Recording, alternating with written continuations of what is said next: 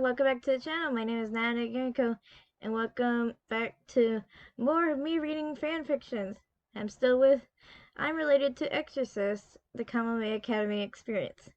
On to chapter 6, and this is the Misaki Stairs. If you don't know the anime, Toilet Bound Hanako-kun, this was actually a real episode in the series. It's a two-part episode.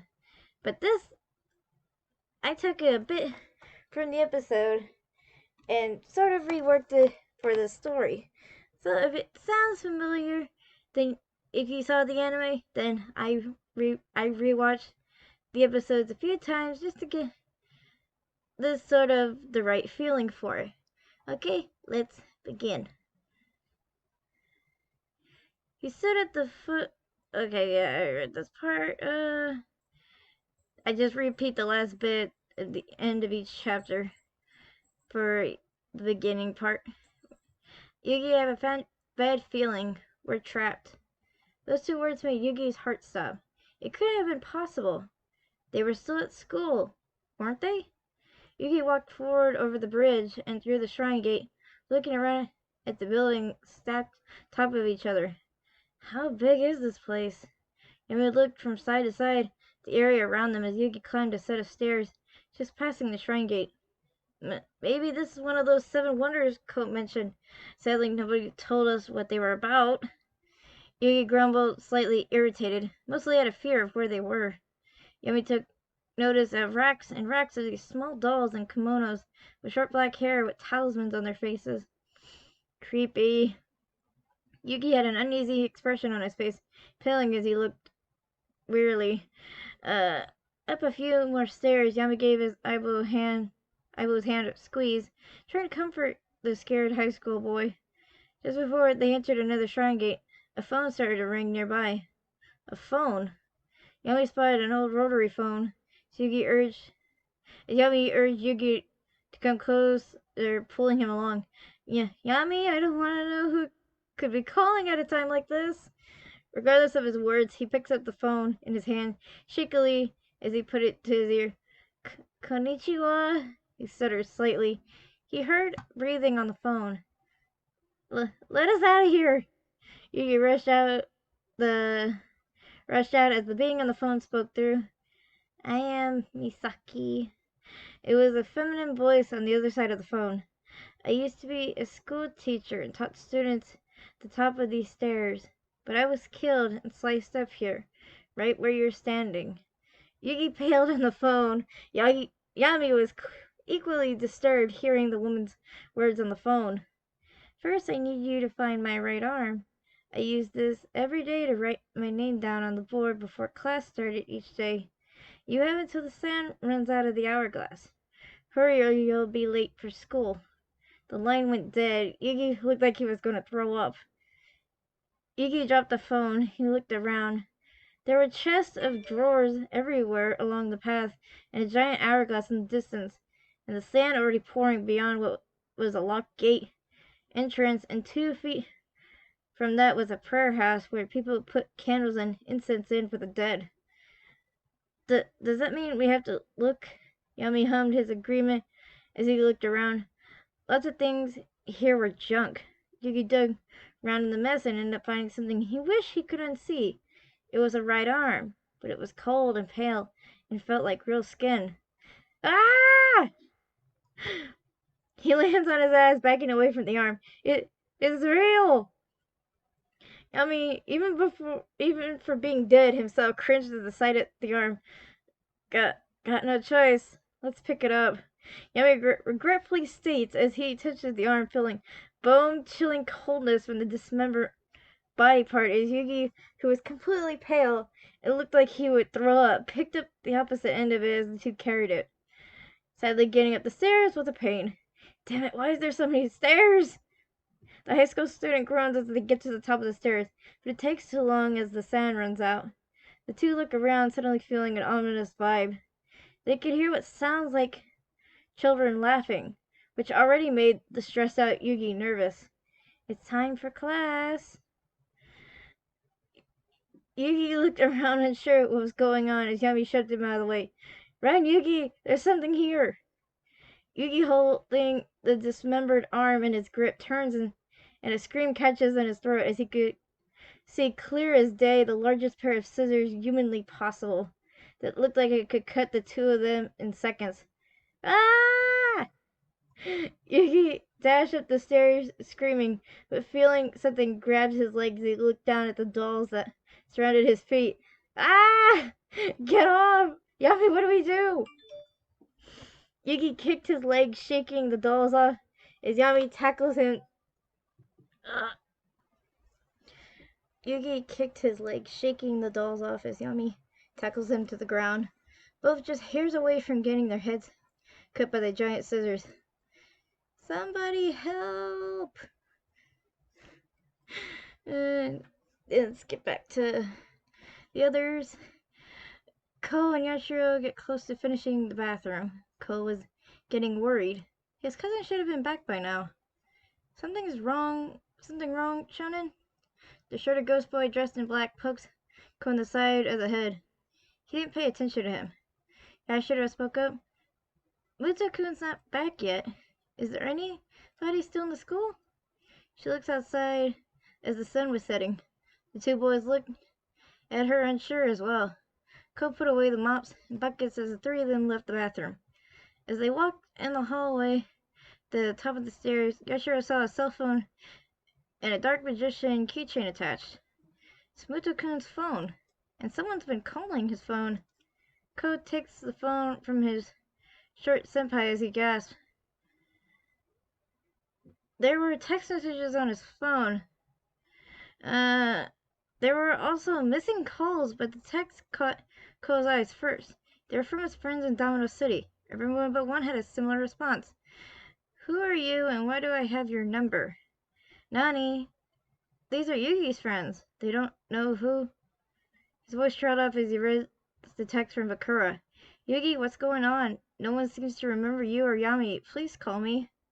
Ko's eyes hardened out of fear for his younger cousin. Hanako, where's Yako-ni-san? He tightened his hold on his cousin's phone, for both of his hands were shaking. Hanako took in Ko's reaction as he snatched the phone from him and read the text. Masaka, how can number two's rumor return to the state it was? Just as he spoke, the one they were looking for was at the bottom of the landing, just down the stairs. Honorable number 7. The female voice came out of a small, pure white fox spirit at the bottom of the stairs. Yako-ni-san! The two students called out. Hanako leaped down the stairs and approached the fox. What happened, number 2? The fox had her face pressed into the floor, sweating and shaking slightly. Gomenasai! Something's wrong with the boundary. It's not under my control. The rumor hasn't changed, but I think a copycat took the boundary. A copycat? This was new to the three. It wasn't something they've ever heard of nor experienced. I can't get into the boundary to chase away who's doing it. But a student went into the boundary just hours ago. Ko's already grim expression expanded as he grit his teeth, his canine showing. No, Itoko! He ran down the stairs, Hanako barely catching him as Yashiro tried to keep up with the now desperate junior exorcist. Shonen, calm down. We'll get him out.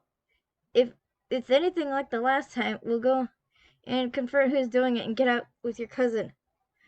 Ko knew what Hanako was saying was true, but he remembered how difficult it was for the three of them in the Masaki Stairs boundary.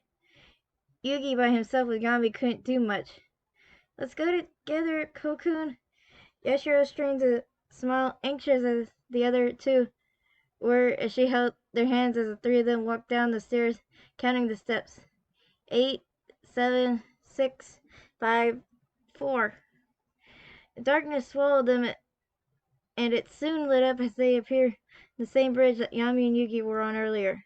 The three took off running across the bridge and the first set of stairs. Yugi! Muto-kun! Yami-kun! Yashiro and Ko both cried out. As they ascended once again, they noticed the first gate was open, and inside the prayer house was a dismembered right arm. Is that real? Ko stammers as Hanako touched the arm, pulling it out of the house to look at it. Hanako laughed awkwardly. It's real. Yashiro shrieks at his words. Whoever took the boundary, they made it a death situation. Her sudden words made Ko and Hanako's heart large with uneasiness. Yugi! Where are you, Toko? Ko screamed. Yashiro held Ko's shaking hand as the three walked through the open gate. As they continued, the pathway was starting to get a bit bloody for some reason, which made the group, including the already dead boy, grow cold at the sight. Paths of the blood continued as they walked. They could hear someone crying and someone talking in a hushed voice. Hang in there. I know it hurts. As the group rounded the corner, found a trail of blood leading to the duo. Yugi! Yami! The three rushed over to see where the blood was coming from. Yugi, who had torn his shirt, was tying the bit of fabric to Yami's arm, which was deeply lacerated. If he had been alive, he'd been in serious trouble and need stitches. Yugi had tears on his face out of fear for his partner while Yami was trying to console him. The duo looked up at them and got off the ground, both looking at ease now. Ko, Yashiro-san, Hanako. Yugi's eyes were red from crying as he wiped his face. One slightly taller cousin hugged him tightly. Gomenasai, Toko, are you all right? The older boy nodded, hugging his younger cousin tightly in return. The trio turned their attention to the injured Yami, not understanding the situation. How is Yami bleeding? He's dead! Yashiro cried out in disbelief, covering her mouth with her hands, deep concern showing on her face. Yami grimaced in pain from the wound on his arm. Yugi practically held on to his spirit partner, unsure what to do. Hanako looked around. Normally the blades, when they cut you, they turn parts of you into a doll. This copycat made it so you'd be physically injured. Yugi helped Yami to his feet with Ko's help as the new student addressed Hanako. Hanako, you know this place. You've been here before. What the heck is this place? Yami glanced at Hanako, still holding his arm as he watched Yugi, stealing his nerves, confront the leader of the Wonders. Tell me what this is. He grabbed the front of the ghost shirt in his hands, fear prominent in the boy's eyes as he glared at the amber-eyed ghost. Fearful amethyst eyes met calculating amber eyes as the ghost prized Yugi's hands off of him. We are inside number 2's boundary, the Misaki Stairs. However, this is how the boundary used to look. You see, Yugi, rumors is what keeps the apparitions alive in the school, and if they get changed, the ghosts have to change with it or lose their existence altogether. We need to get to the top so Yashiro can destroy the Yorishiro. Hanako explains as they climb the next set of stairs, crossing under another shrine gate. Ko's pocket was buzzing. He touched it, pulled it out. It wasn't his phone, though. Ko, how come you got my phone? Ko handed the ringing phone to Yugi. You dropped it in the staircase. Yugi comments as Yugi reads the messages left on his phone. Huh? He was confused when he reads 3 of the 4 texts saying that he didn't know who he was. What's the meaning of this, Hanako? Yami took the phone from Yugi to read it. Hanako pulls his hat down over his face. When you enter number 2's boundary, your entire existence is erased from the living world. But don't worry, when we get you back to the earthly plane, you both will exist once again. Yugi and Yami looked relieved that this was fixable. They just needed to be out of this place so they could get back home. Sorry for all of the spelling errors. I'm reading it as I remember writing it. It's just when I was typing it out, it was on my cell phone. So spelling errors are a little harder to see on a damn cell phone than it is on a damn computer. The group moved forward as another phone rang. Yugi nervously picks the phone as the 2 students and 2 ghosts gather around to hear the phone call. Domo, the female voice returns. Find my left arm. I use this arm every day to pray for the children to have a good day. Hurry or class will start. Before the person could hang up, Hanako spoke threateningly into the phone. Yo, number 2. Or is that even you? Whoever this is, you're in deep shit when I get up there. From there, the line went dead. Did you have to threaten the ghost?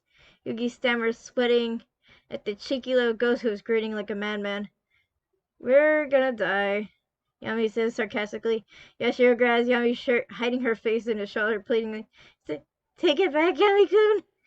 Yami just made a noise, now looking at the student who tugged on his sleeve, pleading silently. He relented unwillingly. That made Yashiro smile and hug the ghost boy. Hanako pushed Yami back from Yashiro, which annoyed him. Like I'm gonna steal your assistant. Yami had a small tick mark on his forehead from dealing with Hanako's childish antics. Yugi chuckles slightly at the group as the group moves. It rushes carefully to get to the next body part, which surprise was a dismembered left arm. Ah! Ko, Yugi, and Yashiro scream when Hanako waves it in front of the 3 freaked out kids, which like Yami smacked the 7th wonder in the back of the head. Stop playing around. Hanako just stuck his tongue out at the poor ancient ghost. Luckily the group got the arm in the prayer house before the stand finished. The journey up the stairs was a long one, especially with a heart attack. Stunts Hanako continued to pull. They were at the final gate. The 3 students pant hard. Ugh. I'll never take Jim for granted again. He wiped sweat off his brow. Hanako put the last item in the prayer house as the shrine gate doors open. Now let's see who's causing all this commotion. Hanako, out of his student garb, pulled a long kitchen knife, grips it tightly, much to Yugi and Yami's dismay. He's got a knife. Yami instantly regretted all his previous words of the 7 wonders as the group walks through the shrine gate for the final time. Okay, you guys. Hope you guys enjoyed this video. Sorry for all the spelling errors again. I hope you guys just overlook it as I'm reading it. So please comment, like, and subscribe, and I'll see you guys in the next one. Bye-bye.